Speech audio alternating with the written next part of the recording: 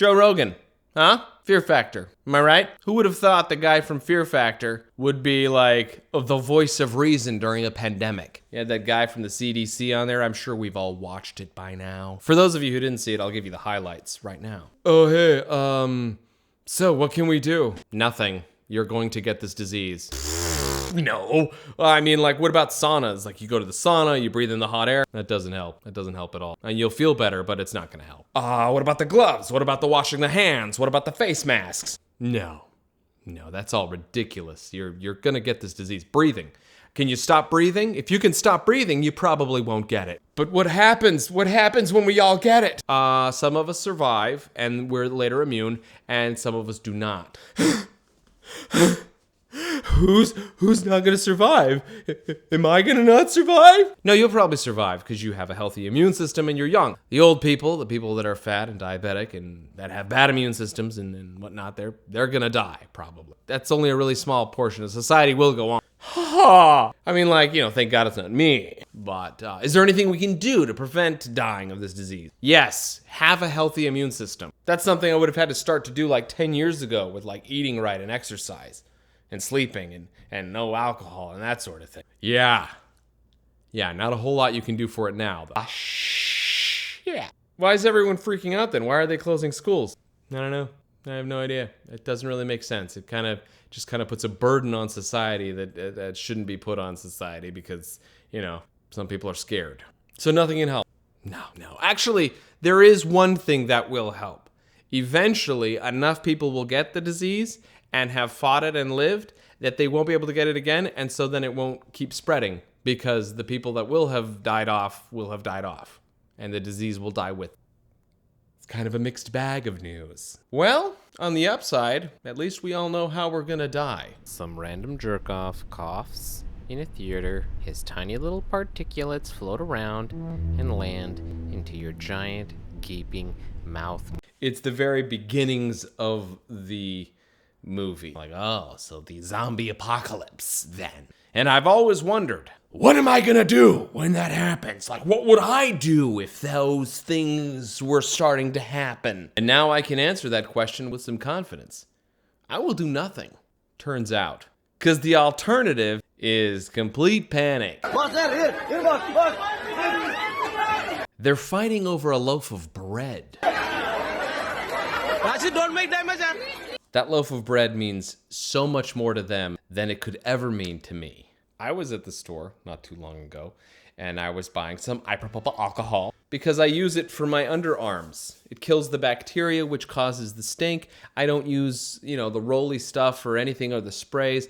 I use isopropyl alcohol. That's what I do, and I just happened to run out. So I went to the Walmart. Popped into a Walmart to see the canned soup section. Right? And there was none, which is annoying because I'm like, usually there's just cases of it. And I'm just like, okay, that's a pain in the ass. So I go to Albertsons. On the one side, you've got the empty shelves. But on the candy side, there's lots of candies. And there was none there. And I was like, okay, now I'm officially gonna smell bad tomorrow. It's gonna happen. I'm gonna smell stinky smells now. This is on you, world. This is your doing. I asked the people there, I go, when do you guys restock? And they're like, every day. We restock every day. And I'm like, no, you don't. You really don't. Because it's a giant store. It's a giant store. And if you had to restock this store every day, like I'm sure there's someone doing some stocking every day, but not this every day. There isn't that much volume going through here, not yet. Where is all this isopropyl alcohol going? So I hop on the internet and I'm like, dude, who's stealing all this sanitizer, alcohol, all this garbage? And it's these nutbags on Amazon. They're going around clearing shelves and then selling it at a hiked up price, like they're Gary fucking V at a garage sale. I'm gonna buy all the Purell and I'm gonna put it onto Amazon. There's this guy, a Tennessee man. Apparently he drove 1,500 mile radius around his house or 1,300 miles around his house and he just cleared all the shelves and he filled his garage with like over 18,000 bottles of Purell or some. And then he hops online and he sells them for between $8 and $70. And then Amazon's like, nope. And they cut his account because the algorithm kind of works. And fuck that guy. So he's got a garage full of shit he doesn't need. I don't want to say karma, but karma a little bit. And I think that's the thing to remember here. So anyway, I did find some isopropyl alcohol. I got to a store called Stater Brothers.